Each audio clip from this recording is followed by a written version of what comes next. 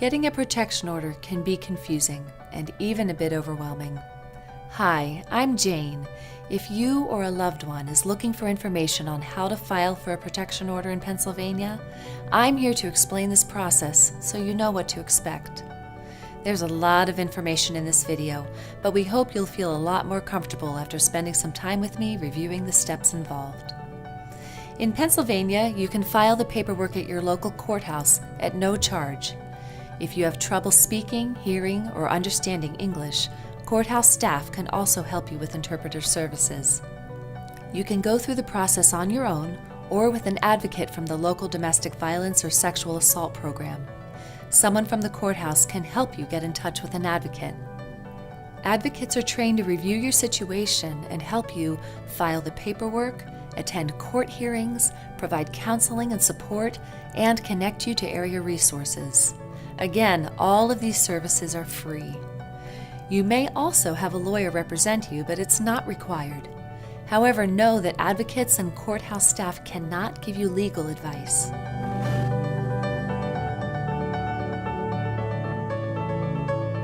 A protection order lays out rules for the person who is hurting or threatening you. You can have input in making the rules. If the person hurting you breaks these rules, they can be punished, and the police can arrest them. First, you'll need to establish which kind of protection order is right for you. There are 3 kinds of protection orders. Number 1, a protection from abuse order, or PFA, protects someone who is being physically hurt, followed, threatened, or sexually hurt by an intimate partner, dating partner, or family member. Number 2, a protection from sexual violence order, or SVP, is for someone who is a victim of sexual violence by someone they didn't have an intimate relationship with, like a friend, stranger, or coworker, and is still at risk of being hurt by that person. Number 3, a protection from intimidation order, or PFI, is a little different because a PFI protects a minor from someone who is 18 or older who is harassing or stalking them who they did not have an intimate relationship with. For example, a PFI protects a child who is being harassed by an adult coach or a child who is being stalked by an adult stranger. It is important to note that a child can't file for the protection order on their own. A parent, adult household member, or a guardian must file a protection order for them. While it's important to understand which protection order you need, they all follow the same legal process. Here are the steps generally involved in filing a protection order. The first step is to fill out the petition. A clerk at the courthouse can help you fill out the paperwork called a petition to apply for the protection order. Then you meet with a judge that same day for the first hearing, called the temporary order hearing. The judge will review what you wrote in the petition and will either grant or deny you a temporary protection order. Regardless of whether you are granted a temporary protection order, you will have another hearing to determine whether you receive a final protection order. The clerk will schedule the final hearing for you and the defendant, who is the person you are filing the protection order against, to come back within 10 business days for the final hearing.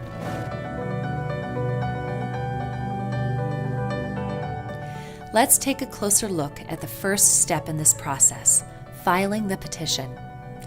The petition asks for information about you, any children you have, and where you live and work. You will need to provide their names, ages, how they are related, and where they live. The petition asks for the same details about the defendant. You can also provide a description of the defendant and any special physical details, like tattoos, piercings and scars, eye and hair color. This is very helpful to the sheriff when they serve the protection order paperwork to the defendant. It is important for the judge to know if the defendant used guns or weapons to hurt or threaten you. If so, you can ask the judge to order the gun or weapons to be relinquished or turned over to the sheriff to hold while the protection order is in effect. It is also important for the sheriff to know if there are guns or other weapons present on the property, so they can take safety measures while serving the defendant with the protection order paperwork. In the petition, you may ask the court to protect your children too. You can also ask for custody of the children as part of the protection order.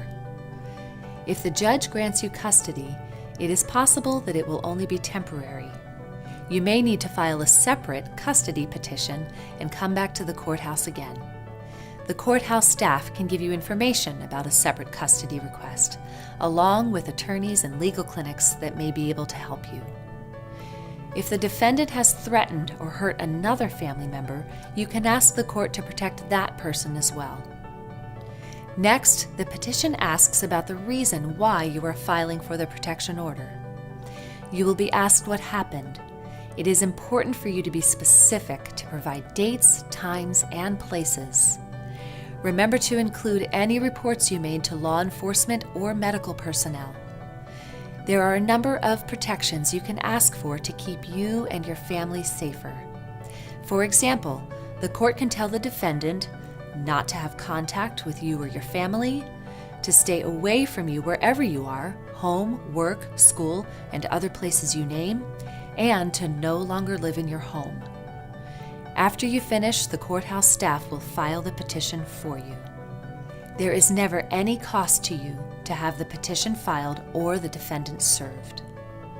After your petition is filed, the clerk will make sure it is given to a judge for review as soon as possible.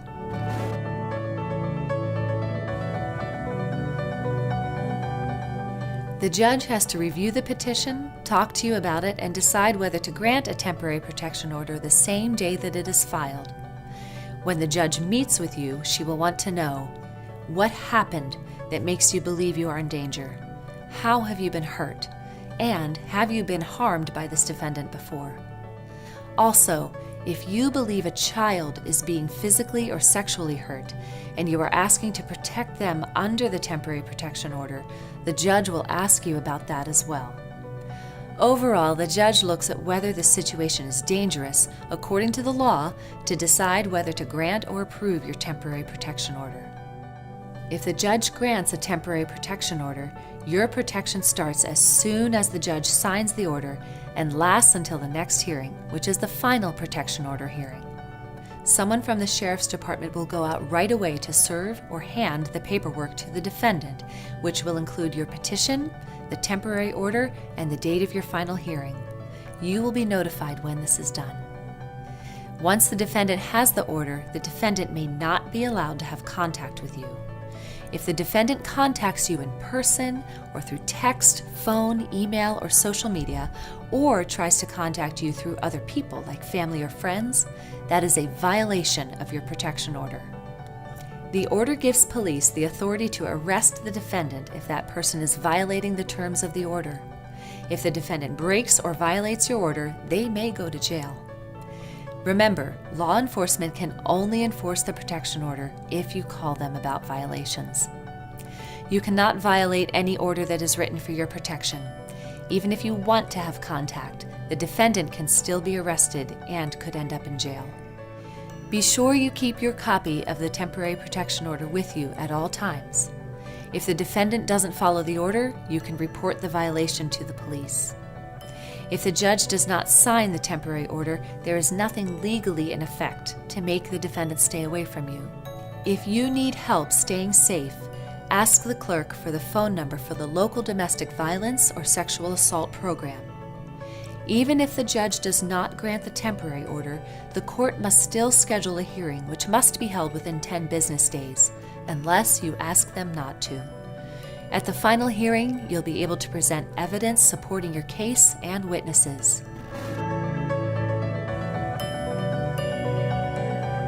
The final order hearing is the last step in the process and is the second hearing you will have before the judge. This is when you can ask the judge for a final protection order that can last for up to 3 years. Sometimes people who file for a protection order are scared their abusers will find out they've filed. It's important for you to understand that your abuser is notified and invited to the final hearing, even if the judge does not approve your temporary protection order. You can bring witnesses, an advocate from the domestic violence or sexual assault program, and a lawyer with you to the final hearing. The defendant may also have an attorney with them. You and the defendant may try to reach an agreement regarding the final order. You can't be forced to agree to anything that you don't feel safe agreeing to. If you and the defendant can't agree, you will have a final hearing on the petition you filed before the judge. You, the defendant, and any witnesses you bring will be placed under oath to tell the truth. You will testify about the reasons why you filed for a protection order. The defendant will be given a chance to speak to the judge too. Based on the testimony and evidence presented, the judge will decide whether or not to grant you a final protection order. After the final order hearing, and before you leave the courthouse, a copy of that order will be provided to both you and the defendant. It will be filed with the court, and it will be available to law enforcement if you ever need to call them for help. It is also a good idea to keep a copy of that order with you. Remember, the order is effective as soon as it is signed by the judge. I know this was a lot of information, but basically there are 4 main steps for you to follow. Number 1, you fill out a petition. Number 2, you review the petition with the judge. Number 3, the judge grants or denies a temporary protection order, and the abuser is notified about your petition and the final hearing. Number 4, a decision on your order is made at the final hearing. This is a brave step you are taking to keep you and your family safe. Please remember that there are free support services available to you through your local domestic violence or sexual assault program at every step in this process.